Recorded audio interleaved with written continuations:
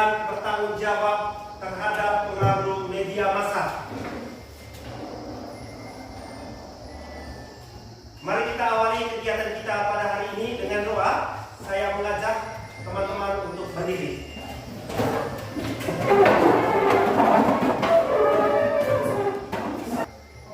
Teman-teman dan Bapak Guru, marilah kita siapkan hati yang pantas untuk berdoa.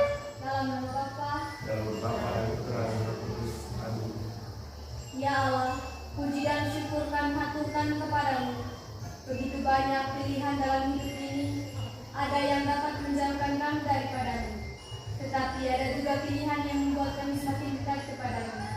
Buatlah kami semakin bertanggung jawab terhadap tugas kami demi Kristus Tuhan dan Pengantar kami yang hidup dan berkuasa Allah sepanjang segala masa. Amin. Amin. Dalam Bapa dan Putra dan Roh Kudus. Amin. Adinda, Hadir Pak. Rani, Hadir Pak. Gio, Ani. Hadir Pak. Ya, terima kasih. Baik, mengawali kegiatan kita hari ini, ada beberapa pertanyaan pemantik. Yang pertama, pernahkah kalian menemukan dalam HP-mu berita hoax yang mengejutkan? Pernah Pak. Pernah? Pernah. Mungkin ada yang bisa memberi contoh? Silakan. Pernah Pak. Itu dibawa berupa ujian mendapatkan uang sebanyak sang miliar. Oke, terima kasih. Pertanyaan yang kedua, bagaimana reaksimu terhadap berita tersebut sebelum kamu mengetahui bahwa berita itu hoax? Bagaimana? Iya. Teman-teman, ketika mendengar berita, ya kalian senang terhadap berita itu. Terima kasih untuk jawabannya.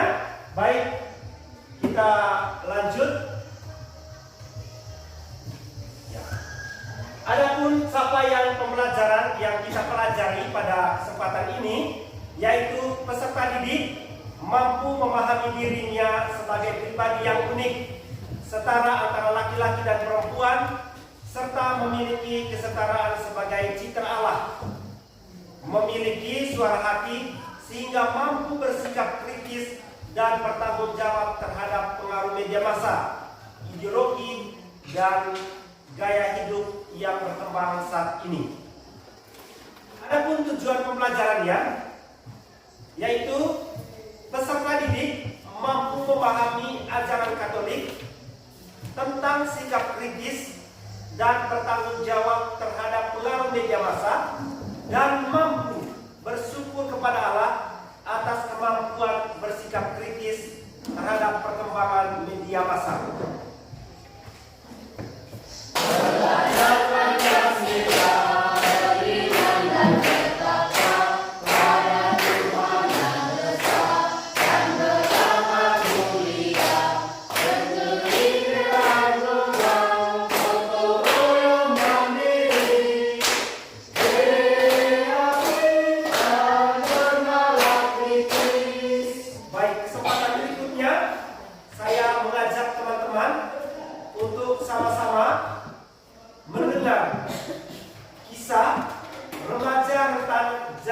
Penyebar berita hoax.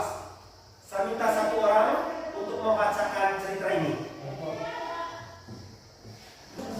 Baik, saya persilakan satu orang untuk membacakan ceritanya. Remaja rentan jadi penyebar berita hoax. Anak remaja sangat rentan menjadi pelaku penyebaran hoax atau berita bohong di jagat maya. Berita yang didapat dari internet. Cek kebenarannya dengan membaca sumber beritanya. Bandingkan dengan 3 situs berita online lain, apakah memuat yang sama, katanya di hadapan para pelajar SMK Negeri 19. Selain itu, jika sudah dipastikan kebenarannya, gunakan nalar apakah konten yang akan disebar itu berguna bagi orang lain atau tidak. Terima kasih kepada adik saya di belakang yang sudah membacakan salah satu kisah tentang remaja rentan jadi penyebar berita hoax.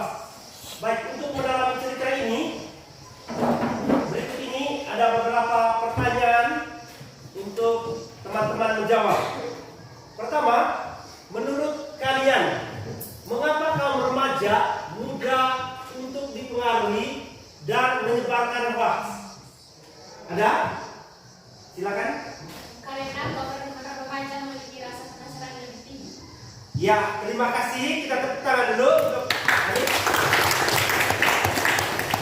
Karena kaum remaja ingin penasaran lebih tinggi. Ada lagi yang bisa menjawab? Ya, silakan. Kaum remaja mempunyai rasa ingin tahu. Ya, terima kasih. Kita tepuk tangan untuk baik. Apa dampak berita hoax dalam kehidupan sosial? Ya, silakan. Dapat menimbulkan opini negatif. Dapat menimbulkan opini negatif. Kita beri tepuk tangan. Ada lagi? Ya, silakan. Dapat merugikan masyarakat. Dapat merugikan masyarakat. Ya, kita beri tepuk tangan dulu. Kita lanjut ke pertanyaan yang berikut, yaitu upaya apa saja yang dapat kita lakukan untuk menangkal hoax? Apa upaya kita untuk menangkal hoax? Silakan, Ani. Mencari asal-usul sumber informasi. Mencari asal-usul sumber informasi. Berikut saya minta teman-teman untuk bagi dalam beberapa kelompok. Silakan kalian untuk kerjasama dalam kelompok dengan beberapa pertanyaan itu. Selamat pagi teman-teman. Selamat pagi. Kami dari kelompok 1 ingin mempresentasikan hasil kerja kelompok kami kepada peserta. Saya persilakan. Pengertian media sosial merupakan sebuah fasilitas yang diciptakan demi kesejahteraan hidup manusia.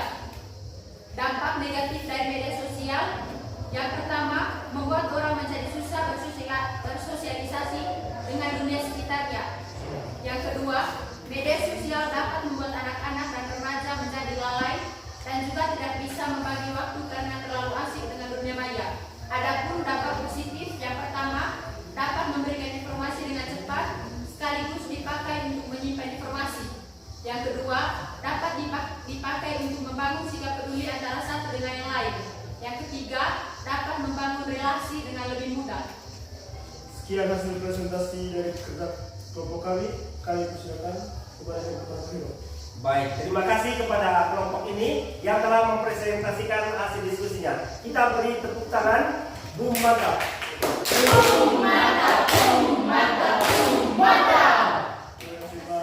Dampak positif dan negatif dari media massa. Dapat memberikan informasi dengan cepat, sekaligus dipakai untuk menyimpan informasi. Yang kedua, dapat dipakai untuk membangun sikap peduli antara satu dengan yang lainnya. Yang ketiga, dapat membangun relasi dengan lebih mudah. Yang keempat, memberikan kemudahan dalam bidang pendidikan, belanja, dan lain-lain. Seperti yang sudah kalian beri contoh tadi, ada yang memberikan berita hoax itu dengan yang memberikan uang sekian juta kepada seseorang. Padahal itu adalah hoax. Media sosial dapat membuat anak-anak dan remaja menjadi lalai dan juga tidak bisa membagi waktu karena mereka asing dengan dunia maya. Ya, contohnya anak-anak sekarang itu banyak yang tidak mau belajar. Mereka lebih suka menonton di HP dibandingkan belajar. Baik, kita masuk ke langkah yang kedua. Langkah yang kedua yaitu mendalami kitab suci dan ajaran gereja tentang media massa. Baik. Kesempatan ini saya persilakan teman-teman untuk sama-sama mendengar teks kitab suci dari Injil Markus bab 2 ayat 23 sampai 28. Saya minta satu orang untuk membacakan teks kitab suci ini. Inilah Injil Tuhan kita Yesus Kristus menurut Markus. Pada suatu kali, pada hari Sabat, Yesus berjalan di ladang gandum, dan sementara berjalan murid-muridnya memetik kulit-kulit gandum. Jadi, Anak Manusia adalah juga Tuhan atas hari Sabat. Demikianlah Injil Tuhan. Baik, terima kasih kepada adik Randi yang sudah membacakan teks kitab suci. Sebab cara memilih yang tepat meminta supaya mereka mendukung sepenuhnya segala sesuatu yang menampilkan nilai keutamaan, ilmu pengetahuan dan pengetahuan. Sebaliknya, hendaklah mereka menghindari apa saja yang bagi diri mereka sendiri menyebabkan atau memungkinkan timbulnya kerugian rohani. Ajaran gereja yang berikutnya yaitu dari Inter Medica 10 tentang kewajiban-kewajiban kaum muda dan para orang tua. Saya minta salah satu untuk membacakan ajaran gereja ini. Dan menjaga ketertiban. Kecuali itu, hendaklah mereka berusaha memahami secara lebih mendalam apa yang mereka lihat, dengar, dan baca. Hendaklah itu mereka percakapkan dengan para pendidik dan para ahli, dan dengan demikian mereka belajar memberi penilaian yang sesama. Sedangkan para orang tua hendaknya menyadari sebagai kewajiban mereka menjaga dengan sungguh-sungguh supaya tayangan-tayangan, terbitan-terbitan, tercetak dan lain sebagainya yang bertentangan dengan iman serta tata susila jangan sampai memasuki ambang pintu rumah tangga dan jangan sampai anak-anaknya menjumpai di luar lingkup keluarga. Baik, setelah teman-teman mendengarkan bacaan dari teks kitab suci juga dari ajaran-ajaran gereja, pada kesempatan ini saya persilakan teman-teman tetap bergabung dalam kelompoknya dan selesaikan pertanyaan-pertanyaan berikut ini. Sudah paham soalnya? Terima kasih. Semuanya sudah selesai? Sudah selesai? Sudah selesai? Sudah, Pak. Baik, kalau sudah selesai, kita presentasi hasil diskusi dari kalian. Selamat pagi teman-teman. Selamat pagi. Kami akan mempresentasikan hasil kerja kelompok kami. Kepada pembaca saya persilakan. Pertanyaan yang pertama, mengapa Tuhan Yesus membiarkan murid-muridnya memetik bulir gandum di hari Sabat? Karena Yesus mau menyikapi hukum Taurat mengenai hari Sabat yang rupanya sudah dimanipulasi itu dengan kritis. Peraturan seperti itulah yang ditolak oleh Yesus. Hari Sabat adalah demi keselamatan manusia, bukan sebaliknya. Manusia untuk hari Sabat. Pertanyaan yang kedua, apa maksud hari Sabat diarahkan untuk manusia dan bukan manusia untuk hari Sabat? Menurut ajaran Yesus, hari Sabat diadakan untuk manusia dan bukan manusia untuk hari Sabat. Hal ini berarti bahwa perbuatan-perbuatan baik pada saat kebutuhan orang lain menyebutnya dapat menjadi bagian dari hari istirahat. Sabat ditetapkan untuk membedakan manusia dari beban hidup. Oleh karena itu, hukum Sabat tidak boleh menjadi beban bagi manusia, karena manusia diciptakan bukan untuk hari Sabat, sebab ia diciptakan sehari sebelum hari Sabat ditetapkan. Pertanyaan yang ketiga, sikap kritis apa yang mau diajarkan oleh Yesus kepada kita berkaitan dengan media sosial maupun media elektronik dewasa? Sikap Yesus ketika berhadapan dengan media massa, kritis. Kritis berarti membedakan mana yang benar dan salah atau berguna dan tidak berguna. Selain itu, di tengah banjirnya informasi, perlu ada formasi atau bentuk yang tepat dalam kaitan dengan sikap yang tepat untuk menentukan mana yang positif dan negatif. Selanjutnya, bertanggung jawab. Bertanggung jawab berarti ada dasar dan pertimbangan yang sesuai nilai moral atau universal, sekaligus dapat dipertanggungjawabkan baik secara pemikiran maupun sikap konkret. Demikian hasil presentasi kelompok kami. Saya ucapkan terima kasih. Baik, kita beri tepuk salut untuk kita teman-teman ini. Salut, salut. Salut, salut. Salut. Baik, terima kasih untuk kelompok ini yang telah mempresentasikan hasil diskusinya. Saya persilakan kembali ke tempat duduk. Berikut ini saya akan memberikan beberapa peneguhan. Yang pertama, di antara perbuatan-perbuatan yang dilakukan Yesus terdapat tindakan tertentu yang mengungkapkan sikap dan pandangan Yesus mengenai hukum Taurat. Selanjutnya, dalam dokumen gereja dan internet yang dirilis Dewan Kepausan untuk Komunikasi Sosial pada 22 Februari 2022 dijelaskan pokok berikut. Gereja memandang sarana-sarana ini sebagai anugerah dari Allah. ayat kitab suci untuk direnungkan. Saya mengajak teman-teman untuk sama-sama membacakan teks kitab suci dari Matius bab 10 ayat 16. Ya, kita baca sama-sama.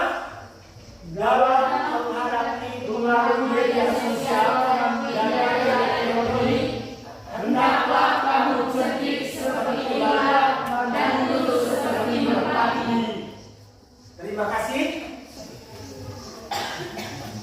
Baik teman-teman, setelah kita mendalami teks kitab suci dan ajaran-ajaran gereja pada langkah yang kedua, sekarang kita masuk ke langkah yang ketiga, yaitu refleksi dan aksi. Baik, pertama saya minta kita membaca pelan-pelan renungan berikut ini, yaitu curhatlah pada Tuhan, jangan di media sosial. Curhatlah pada Tuhan, jangan di media sosial. Saat ini ada banyak anak muda galau yang berlomba-lomba mengumbar persoalan hidupnya di media sosial.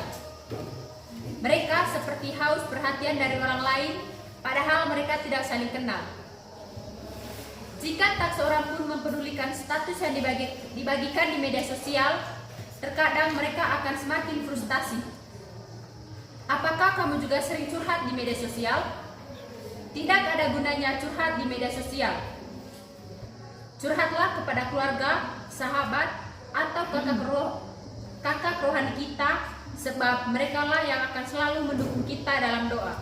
Terima kasih kepada adik-adik yang sudah membacakan renungan singkat berkaitan dengan curhatlah pada Tuhan, jangan di media sosial. Kesempatan berikutnya adalah aksi. Aksi, ya, teman-teman diminta untuk membuat poster dengan tema Stop Berita Hoax. Ya. Apa aksinya? Stop berita hoax.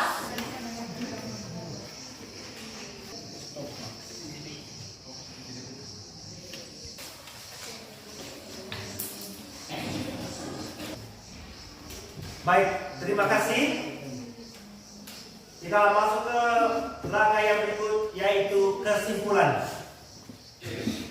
Sikap kritis berarti dapat memilih-milih mana yang benar dan mana yang salah, mana yang baik dan mana yang buruk, mana yang positif dan mana yang negatif.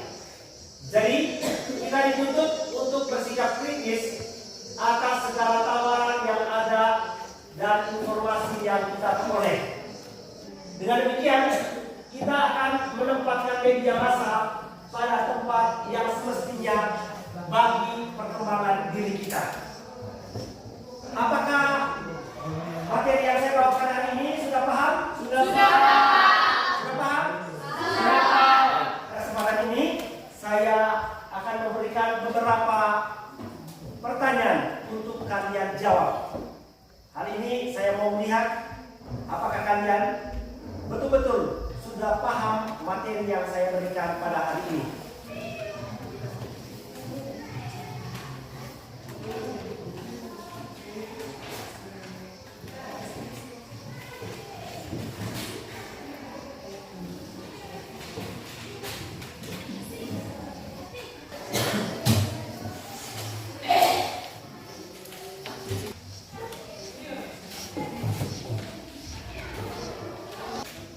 Ya, bagaimana? Sudah selesai?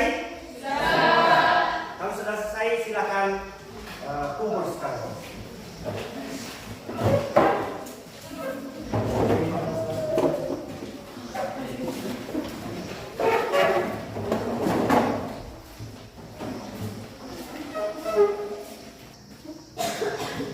Baik, dengan demikian kegiatan pembelajaran kita hari ini sudah selesai.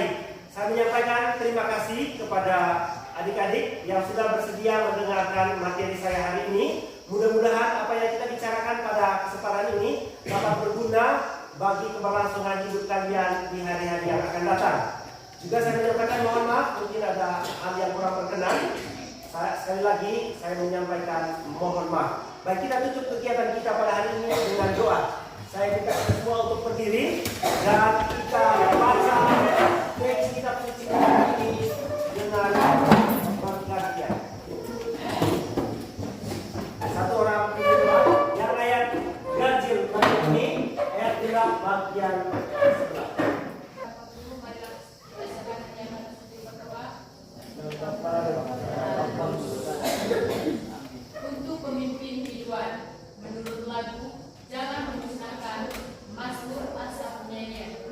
Kami bersyukur kepada-Mu ya Allah. Kami bersyukur dan doa yang menunjukkan namamu, menceritakan perbuatan-perbuatan-Mu yang ajaib.